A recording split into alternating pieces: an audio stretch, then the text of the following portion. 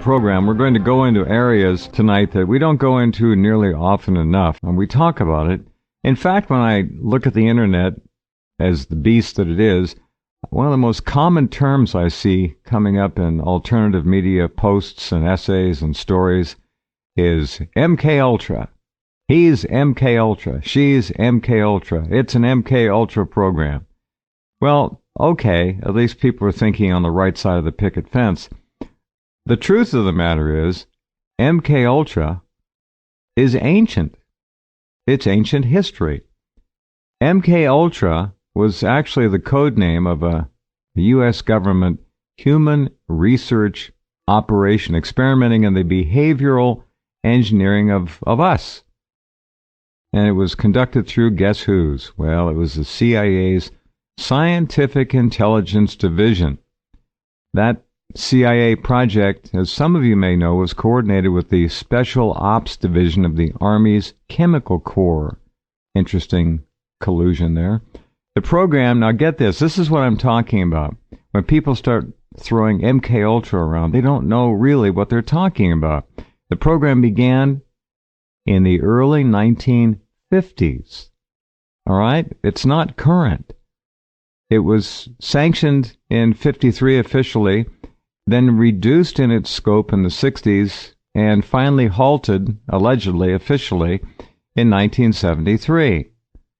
Well, I assume that they may well have halted the formal MK Ultra project, but they certainly didn't ultra mind control. They simply took it to the next level. Now, that was 41 years ago.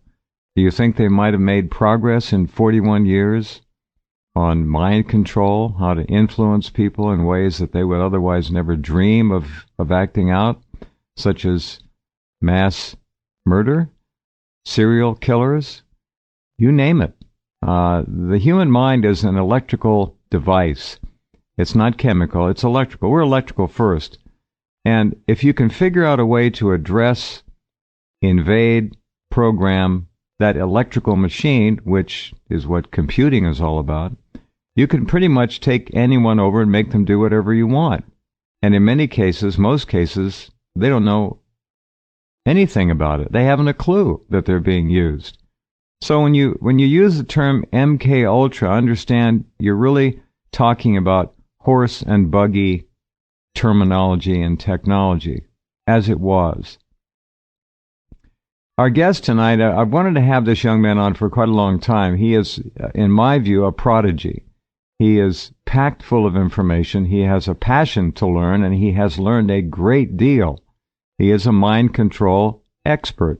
His name is Neil Sanders. And this is going to be fun because his book is out now, and there's a little review of it. You can see on his homepage. Click on his name. In the first volume of his book, which has one of the all-time great titles, Your Thoughts Are Not Your Own, amen to that, Neil Sanders exposes the evidence for officially sanctioned mind control programs.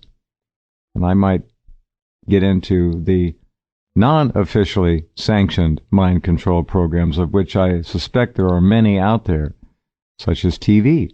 Sanders has degrees in psychology, film, and media studies, and is a qualified hypnotherapist as well. He spent many years collecting and analyzing declassified documents, scientific papers, court transcripts, confessions from doctors, and testimony from victims and whistleblowers as well, and much more. Do visit his website. It is extraordinary, and he's up very early in the morning or in the middle of the night.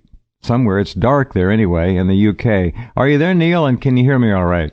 I am. Hi, Jeff. How are you doing? You all right? I'm okay. Thank you. Doing well. And glad to have you along. Thank you for... What time is it over there? It's about 3:15, so it's about 5 hours until I phone in work and lie and tell them that I'm ill. All right. If they want a backup, they can call me. I'll tell them. That's fine. You give me a note, will you? I will. He was sick. He couldn't. That's very kind of you. Yeah, it's no problem at all. So, Neil Sanders, what got you into this whole field of the dark arts? Why mind control? What is it about that intrigues you? And when did you start? Well, I got interested in mind control. It was a strange strange occurrence, really. Basically, a friend of mine, his older brother's friend, pressed me to watch this film, The Manchurian Candidate. And I was go and watch The Manchurian Candidate. It's got these. I was like, who's in it? It's Frank Sinatra. I was like, oh, brilliant. Oh, yeah, I've got to watch that. My response exactly. Yeah, quite. But and it was in black and white as well, so that didn't really interest me terribly. But I did watch it, and because this guy, I very much respected him, and not only did I find the film fascinating, but basically I then started to look at the sort of things that could be done. And obviously, first elements that you start to look at are things like stage hypnotism and hypnosis in general, and that sort of thing, just to see if it works. And I also was interested in psychology, so I was kind of getting a sort of picture about the separation of the mind and how the mind is in all schools of psychological thought. It has sections. There are defense mechanisms like amnesic barriers and the like. There are short circuits. There are ways that you can get people to respond favorably or unfavorably to a situation just by the use of certain words or body language, for example. Like an example is take your sunglasses off if you're speaking to somebody, because the eye contact means that you connect on a more interpersonal level. Mm-hmm. Just very basic stuff like that. Mm-hmm.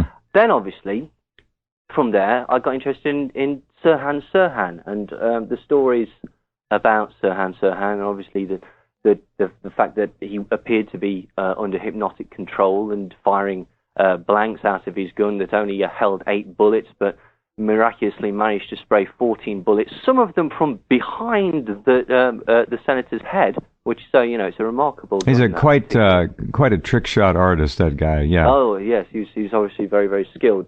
And then you look into that and you see that what he was talking about, saying that he believed that he was at a shooting range, and I started to look at it and go, okay, that's plausible. That's actually plausible from a sort of scientific standpoint as well. Not that I'm any great scientist, but it sort of twigged with me. And then from there, basically, what really sort of piqued my interest was the sort of tangential weirdness that was connected to the Manchurian Candidate film. I mean, obviously, it was released shortly before the assassinations of the Kennedys, and then Frank Sinatra, who was friends with the Kennedys, had it banned until the mid-'80s. And then you start to look at the other weird things about it, like, for example, John Frankenheimer, who's the director, was having dinner with Roman Polanski and Robert Kennedy the night before he was assassinated by Sirhan Sirhan, who a lot of people believe to be a Manchurian candidate. That's pretty weird, Neil. I didn't weird. Know that.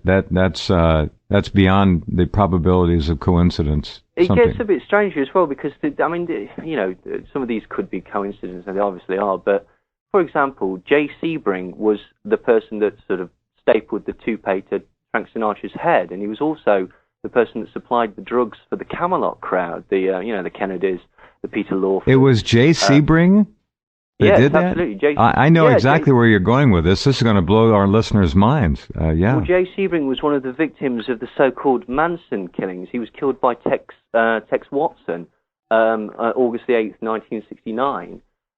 He was a very famous hairdresser.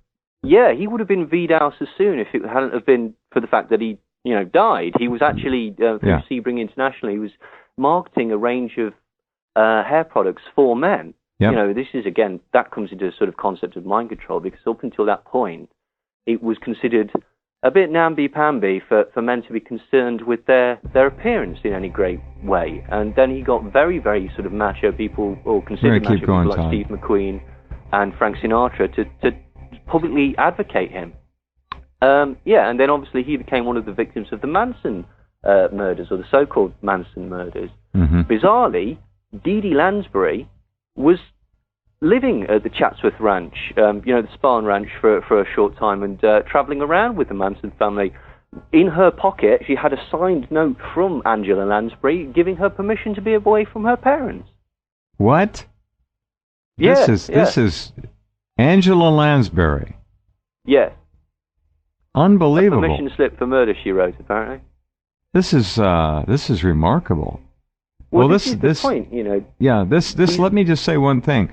What Neil has just laid out here is the substance already that a major book could be written about.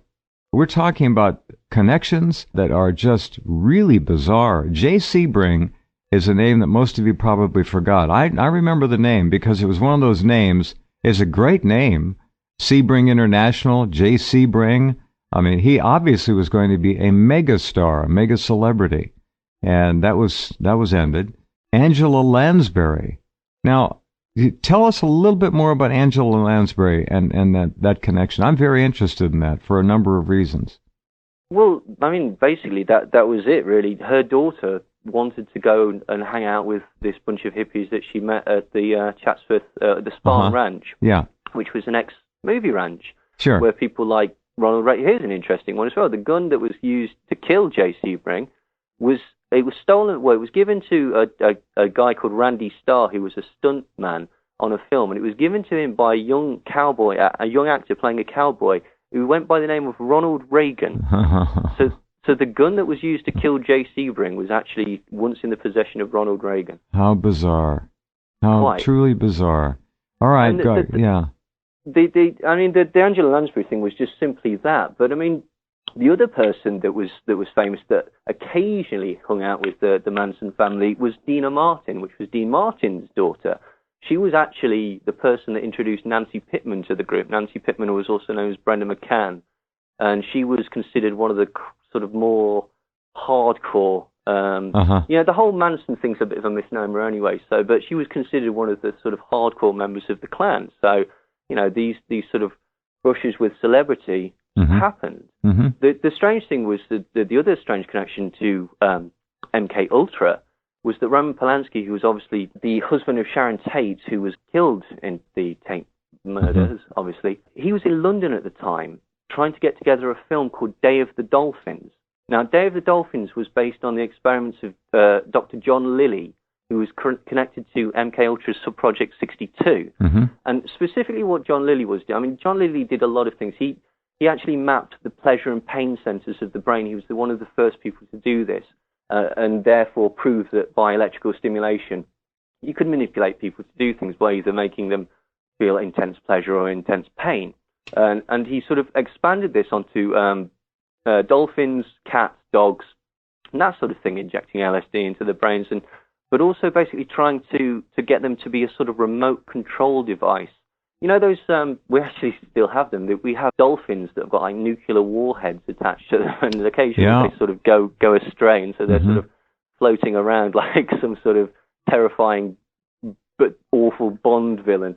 And basically, they were doing that, and this was one of the things that they were doing in MK Ultra. Roman Polanski was actually trying to get a film about that scenario going, and he was in London at the time that his wife was killed trying to get this film, Day of the Dolphin, going. But in his film, the dolphins could actually talk, and they were going to be the heroes of the piece. But unfortunately, that vision will never see the light of day. No, you mentioned another name that's suitable for a program. I'd love to do more on Dr. John Lilly. What a strange dude he was. Absolutely. I've talked on this program about the so-called Lilly wave before. Now, the Lilly wave is a certain electromagnetic frequency.